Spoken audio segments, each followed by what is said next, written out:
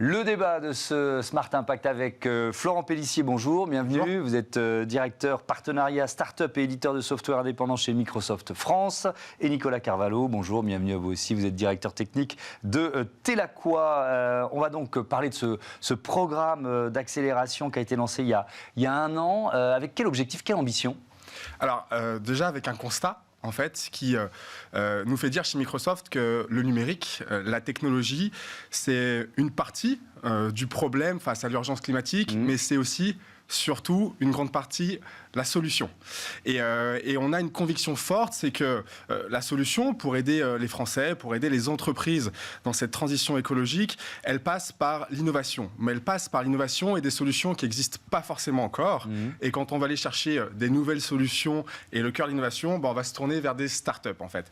Et c'est pour ça qu'on a lancé ce programme d'accélération à Station F. C'est pour aider une dizaine de startups à grandir et à trouver les solutions de demain qui viendront aider nos clients autour de la transition écologique. Avec cette idée, vous dites que c'est un laboratoire de co-innovation. Ça veut dire qu'il y a beaucoup de partenaires avec des expertises, des domaines d'expertise reconnus. Donc vous allez mettre tout ce monde-là. C'est l'alchimie des intelligences et des expertises, c'est ça ? Exactement ça. C'est vrai qu'on ne le fait pas tout seul. Microsoft France, on s'associe à 7-8 partenaires comme l'ADEME, le BCG, Capgemini, Demeter, qui est un fonds d'investissement, Schneider Electric, Suez, Solar Impulse. Et on fait tout ça à Station F. En fait, chaque partenaire vient apporter en fait son expertise sur des sujets précis en vue d'accompagner ces startups. Alors on le fait autour de 3 sujets qui nous semblaient importants. Le premier qui est l'optimisation de la consommation et de la dépense énergétique, sujet d'actualité aujourd'hui. Également l'économie circulaire et puis la supply chain et la traçabilité. Donc on a sélectionné une dizaine de startups sur plus d'une centaine de candidatures qu'on a reçues aussi depuis quelques mois. Et l'idée, c'est avec cet écosystème-là de partenaires d'aller aider ces 10 startups dans une phase de croissance sur les 6 prochains mois. Et donc Telaqua en fait partie. Nicolas Carvalho, c'est quoi Telaqua, quand et pourquoi a-t-elle été créée ? Alors Telaqua, c'est une start-up qu'on a créée en 2018, en avril 2018 déjà, donc ça fait bientôt 5 ans qu'on est dans le marché. Et notre ambition, c'est mieux utiliser la ressource eau. Aujourd'hui, la ressource eau, c'est une ressource qui devient de plus en plus rare. Et les pays commencent à avoir ces soucis, les agriculteurs en ont surtout le gros souci.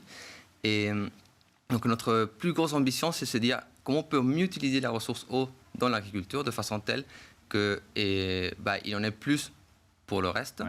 Et aussi au sein d'une même parcelle que parfois, du coup, les agriculteurs de plus en plus doivent laisser quelques parties sans irrigation parce qu'il n'y en a pas suffisamment. Dans des pays, par exemple, comme l'Amérique du Sud, on a déjà vu, on a des clients qui sont dans ce cas-là. Donc c'est quoi ? C'est un pilotage intelligent de l'irrigation, pardon de vous interrompre. Ça marche comment en détail ? Alors nous, ce qu'on va faire, c'est qu'on va déployer des objets connectés sur le terrain, donc au niveau de toute la parcelle, au niveau des vannes, au niveau des pompes, des filtres, tout ça. Et on va les piloter et aussi on va les surveiller à distance. Donc comme ça, le client pourra savoir est-ce que tout ça se passe bien correctement ou est-ce que finalement il y a des petits problèmes à droite à gauche qu'il doit aller régler. Et donc en réduisant le temps qu'il prend justement pour aller régler ces problèmes-là, et on a moins de fuites, on peut mieux utiliser la ressource. Et en même temps, on est en train de travailler sur des systèmes de machine learning qui nous permettent aussi de faire des meilleurs plannings d'irrigation. Et donc en faisant des meilleurs plannings d'irrigation, c'est là où on peut aussi réduire la consommation d'eau. Et on a un troisième projet qui est super intéressant, qui est la traçabilité, donc ce qu'on parlait tout à l'heure. C'est se dire, de plus en plus, les États commencent à demander des quotas d'eau, des choses comme ça. Comment on peut aider aussi les agriculteurs à faire une meilleure gestion de l'eau et à pouvoir aussi présenter les différentes consommations à l'État ou d'autres agents certificateurs. Alors, comment ça va se passer, Florent Pellissier, là ? Donc, vous avez une dizaine de startups qui ont été sélectionnées. On a vu des entreprises susceptibles de les conseiller, c'est ça ? C'est-à-dire que c'est une forme de mentorat ? Comment ça va fonctionner ? On apporte plein de choses, en fait. On apporte à la fois une expertise technologique.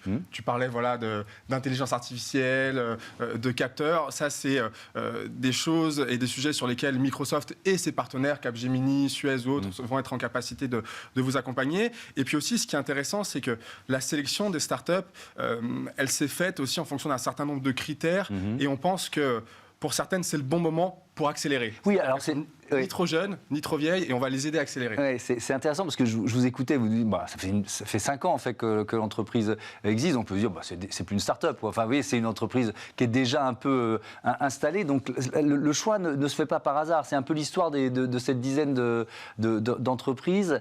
Elles sont pas, c'est pas on n'est pas à l'early stage, quoi. C'est pas quelques mois d'existence. Exactement. C'est dans nos critères de sélection, c'était des entreprises qui avaient déjà, bien sûr, développé une solution éprouvée, comme Telaqua, un certain nombre de clients et qui étaient maintenant en phase d'accélération, donc aller trouver de nouveaux clients, s'ouvrir sur des nouveaux marchés à l'international. Et c'est ça aussi que Microsoft et ses partenaires de l'accélérateur peuvent apporter. Nicolas Carvalho, qu'est-ce que vous en attendez? En quoi le fait d'avoir été sélectionné par ce programme d'accélération, ça peut être une nouvelle étape pour Telaqua?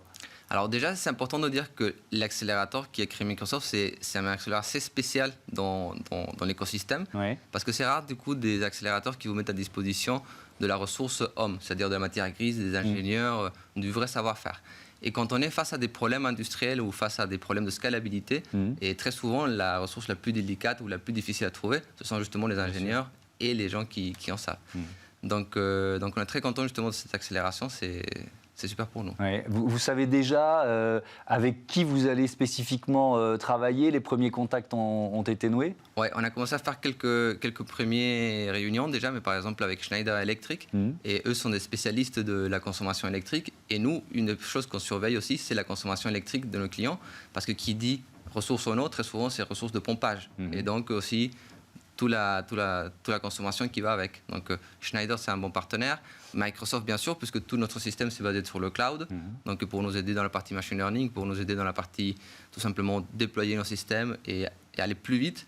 Et aussi le time to market. Quand on est dans cette phase d'accélération, on a besoin de sortir nos systèmes le plus vite possible. Chaque mois qui passe, c'est un problème. Et donc avoir des solutions sur le cloud, comme c'est de Microsoft, qu'on peut intégrer facilement, là, c'est quelque chose qui nous aide énormément.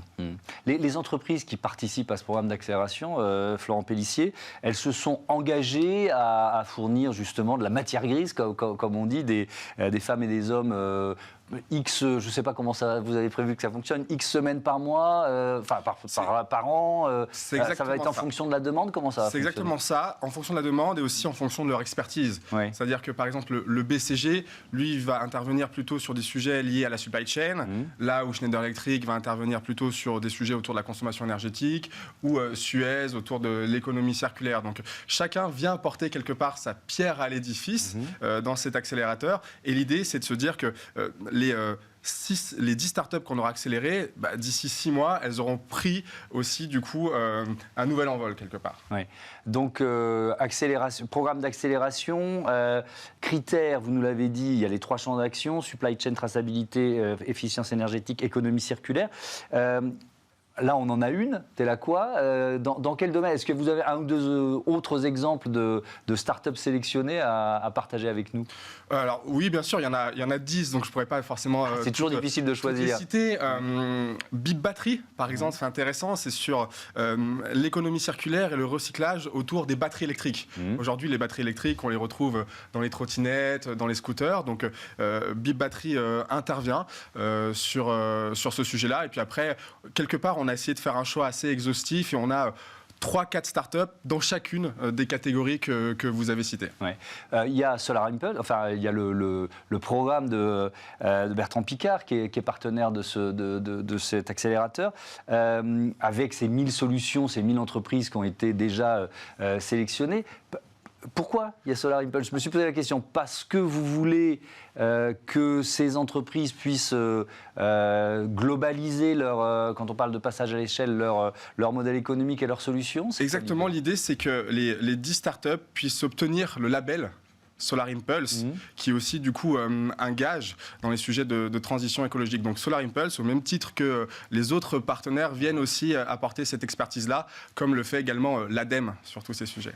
Ça veut dire que vous allez être conseillé par, si vous le demandez, par des personnels de Solar Impulse pour préparer un dossier, c'est ça? C'est ça. C'est un dossier qu'on cherchait justement à remplir depuis quelques années, mais bon, on n'avait pas encore la structure ni la taille pour le faire. C'est quand même assez complexes. Non oui, parce que les critères de sélection, ils sont exigeants pour rentrer dans les 1000 au niveau mondial, effectivement. Ouais. Et donc, on a fait les premiers entretiens avec eux maintenant qu'on est sélectionné. Et donc, ils vont mieux nous aiguiller sur comment pouvoir remplir ce dossier. Et maintenant, on se rend compte aussi qu'on est plus près, on est dans une étape plus mature. Et donc, on pourra potentiellement être sélectionné. Ces enjeux d'économiser l'eau, évidemment, ils sont planétaires. Quand vous créez Telaqua, il y a cette ambition déjà, ou déjà vous dites, bon, essayons de grandir petit à petit?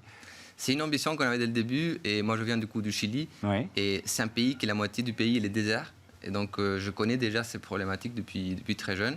Et donc, mon père, il est expert en système d'irrigation. Donc, je voyais aussi ce genre de problématiques au niveau de ses clients. Et aujourd'hui, c'est quelque chose qui s'est accéléré avec le temps. Et donc, effectivement, c'est une bataille qui est commune, qu'il faut qu'on mène avec intelligence. Et la technologie, c'est une façon justement de la mener si on utilise à bon escient. Quoi. Ouais. Vous avez modélisé ce que vous pouvez faire économiser en eau à une exploitation. Évidemment, ça doit dépendre de la taille de l'exploitation, du pays, de beaucoup de critères. Mais est-ce que vous l'avez modélisé? Et alors, ça, c'est un très beau débat parce que ça dépend énormément des pays et des cultures des personnes. Par exemple, on a des gens au Chili qui vont irriguer 18 000 mètres cubes d'eau par hectare. Alors qu'ici en France, on va utiliser peut-être 5 000 ou 6 000. Donc, en fonction de quelles sont les mauvaises habitudes de l'irrigant, on peut faire énormément d'économies, donc plus de 50%. En moyenne, on va dire autour d'un 30%. Et il y a des gens qui sont vraiment déjà, ils sont très bons élèves. Et là, on ne peut rien faire. Et bon, là, on va juste les féliciter. Quoi.